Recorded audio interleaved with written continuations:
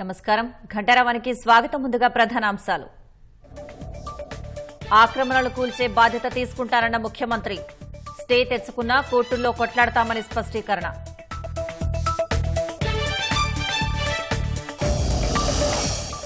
త్యాగాలతో సాధించుకున్న తెలంగాణలో వ్యసనాలకు తావులేదన్న సీఎం. ఉద్యోగ నోటిఫికేషన్ల కోసం ఎదురుచూసే పరిస్థితి రాదని వెల్లడి. వరద బాధితుల సహాయార్థం పోలీసుల ఒకరోజు జీతం విరాళం. సీఎం రేవంత్ రెడ్డికి చెక్కును అందించిన డీజీపీ జితేందర్. వరదలకు ధ్వంసమైన ఆకేరు వాగుపై ఉన్న వంతెన రహదారి. మహబూబాబాద్ జిల్లా చిన్నగూడూరుకి నిలిచిన రాకపోకలు. టైప్ 1 డయాబెటీస్ చిన్నారులకు ఉచితంగా ఇన్సులిన్ పంపులు. ఆరోగ్యశ్రీ కింద అందిస్తున్న ప్రభుత్వం. సూది మందు నుంచి కాస్త ఊరట.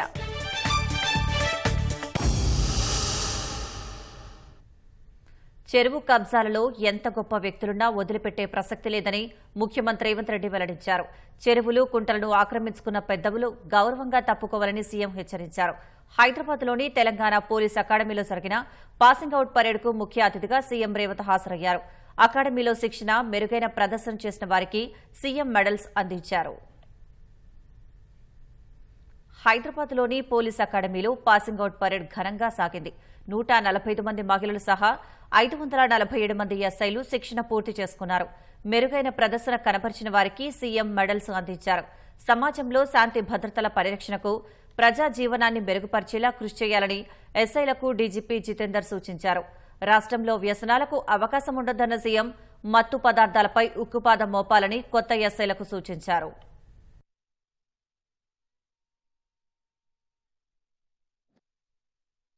You have instilled in them values of integrity, discipline and service. Your efforts have laid a strong foundation to their careers, and for what I am very grateful to all of you. As a head of the police, we assure the community that these officers are well prepared to face the challenging ahead. They are committed to serving with honor, integrity and professionalism. Today, we all work towards a safer and more secure society. All the officers have been trained well in cyber security, prevention and detection. They have been exposed to investigation in narcotics crime, and they have been exposed to financial crimes and regular law and crime.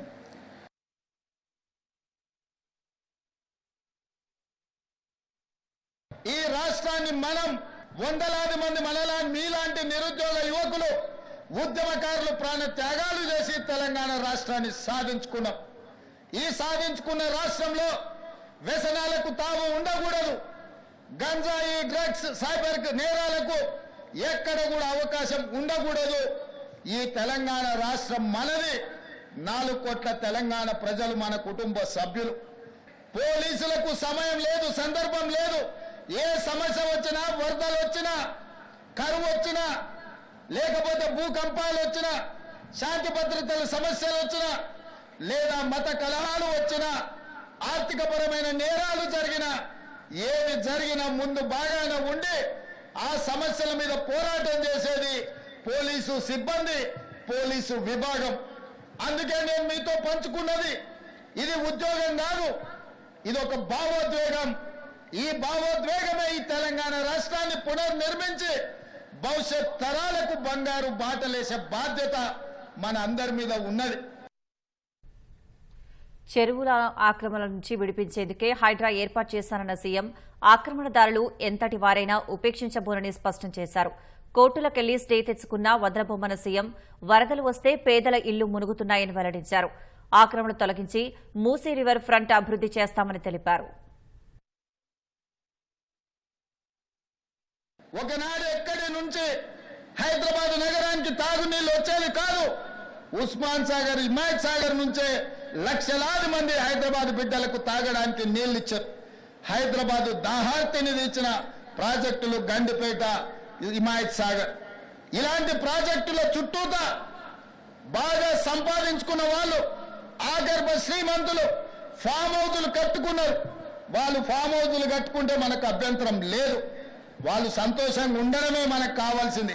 కానీ కానీ ఆ form హౌస్లలో ఉన్న drainage connection లేదు. వాళ్ళ drainage తీసుకొచ్చి గండిపేట నీళ్ళలో కలిపిండ్రు. వాళ్ళు వాడిన డ్రైనేజ్ నీళ్లు గండిపేట నీళ్ళలో కలిస్తే ఆ నీళ్లు తాగడానికి నగరానికి ఇస్తున్నాం. నేను అడుగుతున్న మిత్రులారా, ఇవాళ మీరు చెప్పండి, ఎవరో బలిసినోడు కట్టుకున్న ఫామ్ హౌస్ డ్రైనేజ్ నీళ్లు గండిపేట తాగి నీళ్ళలో కలుస్తుంటే ఆ నీళ్ళని నగర ప్రజలకు తాగడానికి ఇస్తే ముఖ్యమంత్రిగా నేను వైఫల్యం చెందినట్టు కాదా? ఒక్కసారి ఆలోచన చెయ్యండి. భవిష్యత్ తరాలకు అందించాల్సిన బాధ్యత చెరువులు, కుంటలు, నాలాలను ఎవడెవడో ఆక్రమించుకుంటే వాళ్ళ ఆక్రమణలో చెరబడితే ఇవాళ నగరం మీద ఉప్పెనై వరదలు వస్తున్నాయి. ఆ వరదలు ఎక్కడికి వెళ్తున్నాయి? బస్తీలో ఉన్న పేదోళ్ళ ఇళ్లకు పోతున్నాయి. పేదోళ్ళు జీవితకాలం కష్టపడి సంపాదించుకున్న ఫ్రిడ్జ్, టీవీ, మంచము, బట్టలు, కట్టుకున్న బట్టలతో సహా అర్ధరాత్రి పూట వాళ్ళ ఇళ్లకు నీళ్లు వస్తే తడిసి ముద్దయి అనాథలాక రోడ్డు మీద నిలబడాల్సిన పరిస్థితులు వచ్చినాయి. మున్నేరు వాగు పక్కన ఖమ్మంలో అయినా, వరంగల్ జిల్లాలో అయినా, హైదరాబాద్ నగరంలో అయినా, కృష్ణానది ఒడ్డున మునిగే ప్రాంతాలైనా దుర్మార్గులు ఆక్రమించుకున్న చెరువుల వల్లనే ఇవాళ వరదలు వస్తున్నాయి. అందుకే హైడ్రాను ప్రారంభించినాం. హైడ్రా స్పెషల్ టాస్కే ఈ చెరువులను ఆక్రమించిన వాళ్ళను చెరబట్టాలని, చెరబట్టిన వాళ్ళ నుంచి విడిపించాలని, అలాంటి వాళ్ళను అవసరమైతే చెరసాలకు తోలాలనేది నా ప్రభుత్వ విధానం. అందులో ఎంత గొప్ప వ్యక్తులున్నా, ఎంత మహామహులున్నా వాళ్ళు చెరువులను వదలక తప్పదు.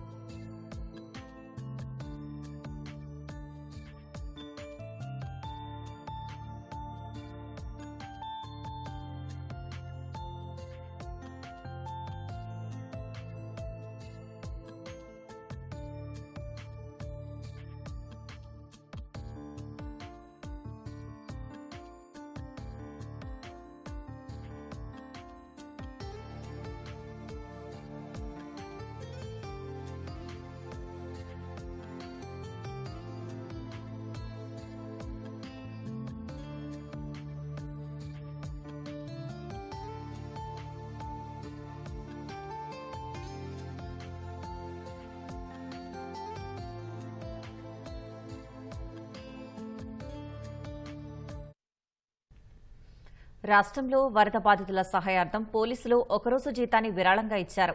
ఈ మేరకు 11,06,83,571 రూపాయల చెక్కును సీఎం రేవంత్ రెడ్డికి డీజీపీ జితేందర్ అందజేశారు.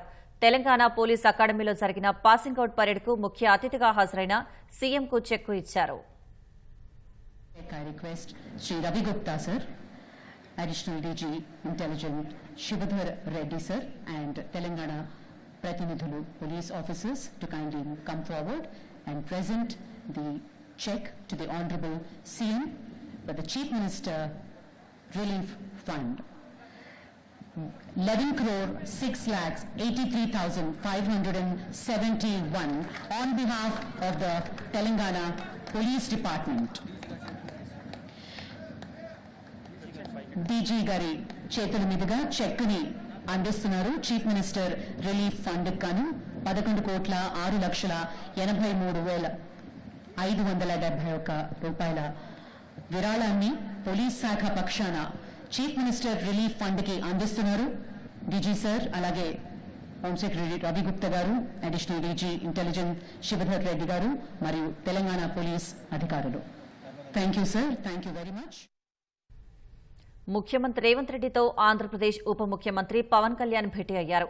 జూబ్లీహిల్స్లోని సీఎం ఇంటికి వెళ్లిన పవన్ కళ్యాణ్ వరద సాయం కింద తన వంతుగా ₹1,00,00,000 అందజేశారు. ఈ మేరకు సీఎం సహాయ నిధికి ₹1,00,00,000 చెక్ను సీఎం రేవంత్ రెడ్డికి అందజేశారు. ఇటీవల కురిసిన భారీ వర్షాలకు తెలుగు రాష్ట్రాలు తీవ్ర నష్టాన్ని చవిచూశాయి. దీంతో పలువురు 2 ప్రభుత్వాలకు వరద సాయం అందిస్తున్నారు. ఈ క్రమంలో ఏపీ ఉప ముఖ్యమంత్రి పవన్ కళ్యాణ్ కూడా సాయం ప్రకటించి నేడు సీఎంకు అందజేశారు.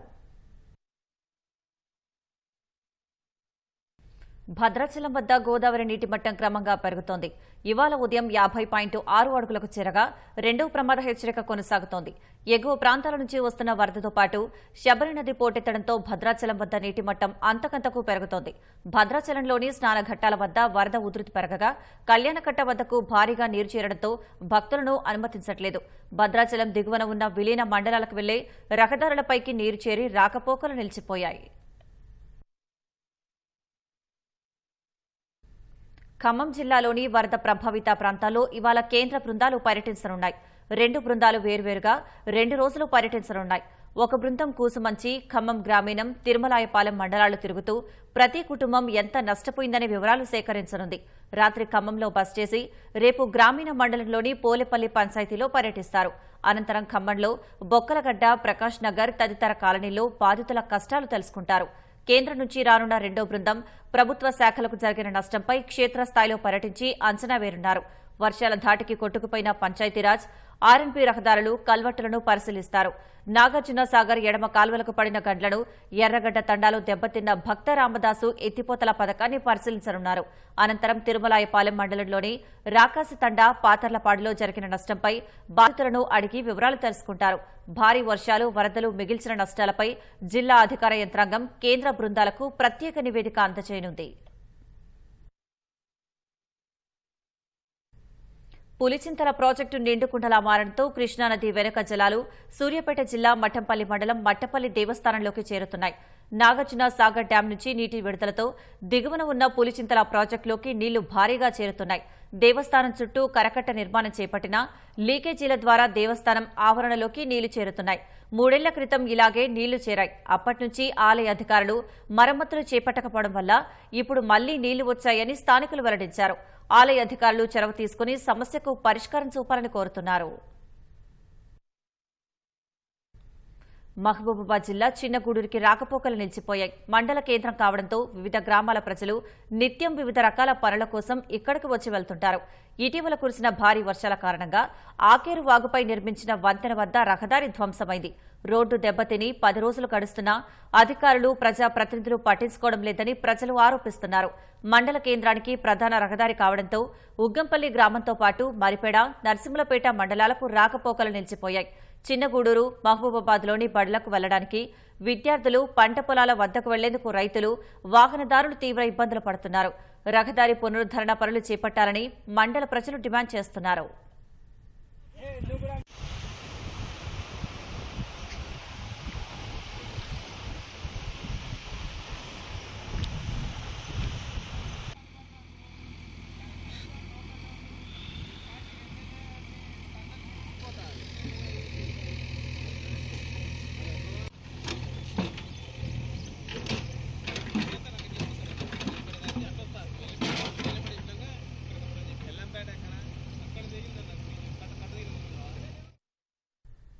హనుమకొండ జిల్లా భీమదేవరపల్లి మండలంలోని మాజీ ప్రధాని పివి నరసింహారావు స్వగ్రామం వంగరను కలెక్టర్ ప్రావీణ్య సందర్శించారు. వంగరలో పివి స్మారకార్థం నిర్మిస్తున్న స్మృతివనం నిర్మాణ పనులను పరిశీలించిన కలెక్టర్ పురోగతిపై అధికారులతో ఆరా తీశారు. తర్వాత ప్రభుత్వ ఆరోగ్య కేంద్రంలోని వసతులను పరిశీలించారు. సిబ్బంది హాజరు పట్టిక, మందులను తనిఖీ చేశారు. అనంతరం ముల్కనూరులోని కేజీబీవీ పాఠశాలను సందర్శించి విద్యార్థుల మధ్యాహ్న భోజనాన్ని పరిశీలించారు. విద్యార్థులకు అందిస్తున్న సౌకర్యాల గురించి అడిగి తెలుసుకున్నారు.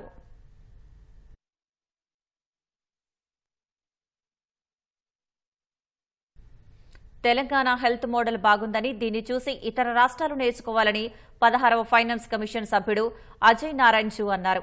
కొన్ని రాష్ట్ర ఆరోగ్య వ్యవస్థ చూస్తే బాధగా ఉందని, తెలంగాణ హెల్త్ గ్రాంట్ చూస్తే మాత్రం గర్వంగా ఉందన్నారు. యాదాద్రి భువనగిరి జిల్లా అనంతారం గ్రామంలో 15వ ఫైనాన్స్ కమిషన్ నిధులతో నిర్మించిన ఆస్పత్రి, పాఠశాల, డ్రైనేజీ పనులను అజయ్ నారాయణ్ జూ పరిశీలించారు. ఆయన వెంట రాష్ట్ర పంచాయతీరాజ్ ప్రధాన కార్యదర్శి లోకేష్ కుమార్, కార్యదర్శి అనితా రామచంద్రన్, కుటుంబ ఆరోగ్య శాఖ ప్రధాన కార్యదర్శి క్రిస్టినా చోంగ్తూ, కలెక్టర్ హనుమంతు ఉన్నారు. ఆస్పత్రిలో రోగులకు అందుతున్న సేవలు అడిగి తెలుసుకున్న అజయ్ నారాయణ్ 15వ ఫైనాన్స్ నిధులను వేరే పనులకు మళ్లించరాదని అన్నారు. వరంగల్ జిల్లా ఖానాపురం మండలం ధర్మారావుపేట గ్రామస్తులు కోతుల బెడద తట్టుకోలేక వాటిని వేటగాళ్లతో పట్టించి అడవిలో వదిలిపెట్టారు. గత కొన్ని సంవత్సరాలుగా కోతుల బెడద విపరీతంగా పెరిగిపోయిందన్నారు. వానరాలు ఇళ్లలో చొరబడి వస్తువులను ఎత్తుకుపోతున్నాయని, పంట చేలు నాశనం చేస్తున్నాయని వాపోయారు. గ్రామంలో ఇప్పటి వరకు సుమారు 30 మందిపై కోతులు దాడి చేసి కరిచాయని అన్నారు. వానరాల నివారణకు అధికారులు ఎలాంటి చర్యలు తీసుకోకపోవడంతో తామే కోతులు పట్టిస్తున్నామని తెలిపారు. ఒక కోతిని పట్టాలంటే 350 రూపాయలు తీసుకుంటున్నారని, ఇప్పటి వరకు 200 కోతులను పట్టి వాటిని దట్టమైన అడవిలో వదిలేశారని ధర్మారావుపేట గ్రామస్తులు తెలిపారు. బయటికి వెళ్దామంటే కోతుల భయానికి జనం గగ్గోలు పెడతాళ్ళు. దాంతోపాటుగా పిల్లలు స్కూలుకు పోదామన్నా ఇబ్బంది పడతాళ్ళు. పంట చేనులు ఆగం చేస్తాయి. గత 3 సంవత్సరాల క్రితం కూడా ఇట్లే ఆగం చేస్తానని గ్రామ ప్రజల సహకారంతో ఒక 1000 కోతి దాకా పట్టేయడం జరిగింది. మళ్ళీ ఈ రోజు కూడా అదే పద్ధతిగా గ్రామ ప్రజల సహకారం అందరితోటి మమేకంతో ఈరోజు మళ్ళీ ఒక్కో కోతికి 350 రూపాయలు ఇచ్చి బయట తిరుపతి నుండి వచ్చిన వ్యక్తులతోటి ఈరోజు కోతులు పట్టేయడం జరుగుతుంది. భయభ్రాంతుల పెంకలను లేపి పడేసుడు, వాళ్ళకి వచ్చి బియ్యం ఖరాబు అన్ని ఖరాబు చేస్తున్నాయి. దాంతోపాటు పంట చేనులు అయితే అసలు విపరీతంగా అక్కర రాకుండా ఏ రోజు మనిషి పంట చేనుల కాడ ఉందామనంటే లేకుంటే ఎటన్నా వెళ్దామనంటే వాటి భయమే మెయిన్గా ఉంటాళ్ళు. పంటలు అయితే ప్రతి సంవత్సరము మొక్కజొన్న కానీ వరి కానీ ఎక్కడున్నా పీకి కుప్పలు పెట్టడం, మనుషులు లేకపోతే చాలా చేను నష్టం చేయడం జరుగుతూ ఉన్నది. పట్టిన తర్వాత వస్తాము ఇప్పటికీ మ్యాక్సిమం వచ్చి మళ్ళీ ఇప్పుడు 2-3 వేల కోతులు ఈ ఊరి మీద దాడి చేస్తున్నాయి. ఇప్పటికి ఒక 30 మంది దాకా ఖర్చినాయి. పంట నష్టం పెద్ద ఎత్తున చేస్తూ ఉన్నాయి. మహిళలు కూడా మగవాళ్ళు లేని వంట చేయలేని పరిస్థితి. గిన్నెల కూర గిన్నెల కలిసి తెచ్చుకోపోతాను. ఇబ్బంది బాగానే పడతాను. వాడుతుంది ఫస్ట్ ఇబ్బంది అవుతుంది. బాగా మోసపడతాను. నన్ను 2 సార్లు కలిసింది. మా వారితో ఇబ్బంది పడతాను. మేము పట్టుకపోయింది మంచిది. మాకు ఊళ్ళో ఎత్తు చేసినా మంచిది, కానీ పట్టుకపోవాలి కావాల్సింది. మేము తిరుపతి నుంచి వచ్చాము. నేను చాలా ఊర్లు పట్టాను, కానీ కొంచెం డేంజర్ కోతులు బాగా ఇది. మామూలుగా కోతులు ఎటువంటి హానికారం లేకుండా, వాటికి ఎటువంటి గాయాలు లేకపోతే వాటికి మేత, ఫుడ్, వాటికి ఎటువంటి హానికారం లేకుండా పట్టి మళ్ళీ విలేజ్కి అప్పగిస్తాము. వాళ్ళు పక్కన అక్కడ ఒక 50 కిలోమీటర్ వంద అడవిలో, పెద్ద అడవిలో వదిలేసి వాళ్ళకి ఎటువంటి హానికారం లేకుండా, వేరే విలేజ్ కూడా ఎటువంటి హానికారం లేకుండా వాళ్ళు కూడా విడిచిపెట్టడం జరుగుతుంది. బోన్లో పడతాం. అది కూడా వాటికి మత్తు వంటి ఏమి ఉండదు. మామూలు నేచురల్గా పడతాం. ఎటువంటి హానికారం లేకుండా వీటికి పెద్ద సపరేట్ చేస్తాం. తల్లి సపరేట్, చిన్నవి సపరేట్, అటు సపరేట్ చేసి వాటి ఖర్చుకోకుండా మళ్ళీ దాన్ని అంతే కొంచెం జాగ్రత్తగా అడవిలో విడిచిపెట్టచ్చు. ఊళ్ళో చూస్తారు. అది కూడా రాష్ట్రంలో పంచాయతీ ఎన్నికల నోటిఫికేషన్ రాకముందే సర్పంచులు ఖరారవుతున్నారు. వరంగల్ జిల్లా పర్వతగిరి మండలం చెరువుకొమ్ము తండాలో దరావత్ బాలాజీ అనే వ్యక్తి తనను సర్పంచ్గా ఏకగ్రీవం చేస్తే తన సొంత డబ్బులతో గ్రామంలో బొడ్రాయి, పోచమ్మ తల్లి, ఆంజనేయుడి దేవాలయాలు కట్టిస్తానని ముందుకొచ్చారు. అంతేకాకుండా బొడ్రాయి పండుగ ఖర్చు కోసం గడప గడపకు 1000 రూపాయలు పంచుతానని హామీ ఇచ్చాడు. ఇందుకోసం వచ్చే సర్పంచ్ ఎన్నికల్లో ఎవరూ పోటీ చేయకుండా తనను ఏకగ్రీవం చేయాలని షరతు పెట్టాడు. దీనికి ఒప్పుకున్న గ్రామస్తులు సర్పంచ్ అయ్యాక మాట తప్పితే ఎలా అని ప్రశ్నించడంతో ఎన్నికలు రాకముందే ఈ పనులన్నీ పూర్తి చేస్తానని బాలాజీ మాట ఇచ్చారు. దీంతో గ్రామస్తులంతా సమావేశమై ఒప్పంద పత్రం రాసుకుని సంతకాలు పెట్టించారు. దీనిని అతిక్రమించి ఎవరు నామినేషన్ వేసినా బాలాజీకి 50 లక్షల జరిమానా చెల్లించాలని ఒప్పందంలో రాసుకున్నారు. అనంతరం సర్పంచ్ అభ్యర్థితో పాటు గ్రామస్తులంతా రంగులు చల్లుకుని వేడుకలు చేసుకున్నారు.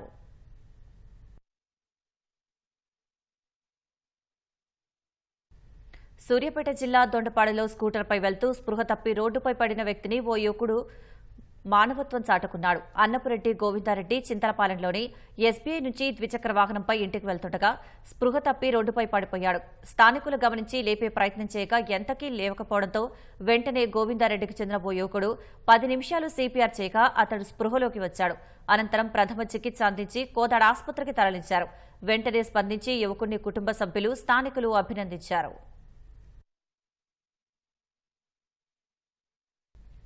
వియత్నాంలో యాగి తుపాను విలయాన్ని సృష్టించింది. పర్వత ప్రాంతంలో సంభవించిన ఆకస్మిక వరదలు ఒక గ్రామం మొత్తాన్ని ఊడ్చేశాయి.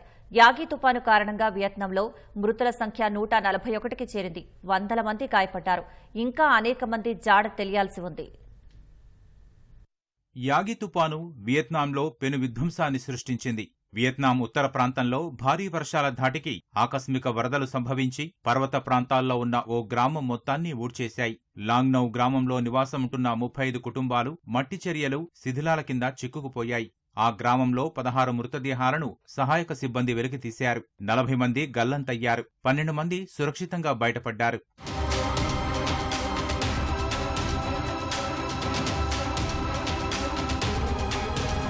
యాగి తుపాను కారణంగా వియత్నాంలో సంభవించిన మరణాల సంఖ్య 141కి చేరింది. వందలాది మందికి గాయాలయ్యాయి. 69 మంది జాడ ఇంకా తెలియాల్సి ఉంది. కొండచర్యలు విరిగిపడటం, వరదల కారణంగానే ఎక్కువగా మరణాలు సంభవించాయి.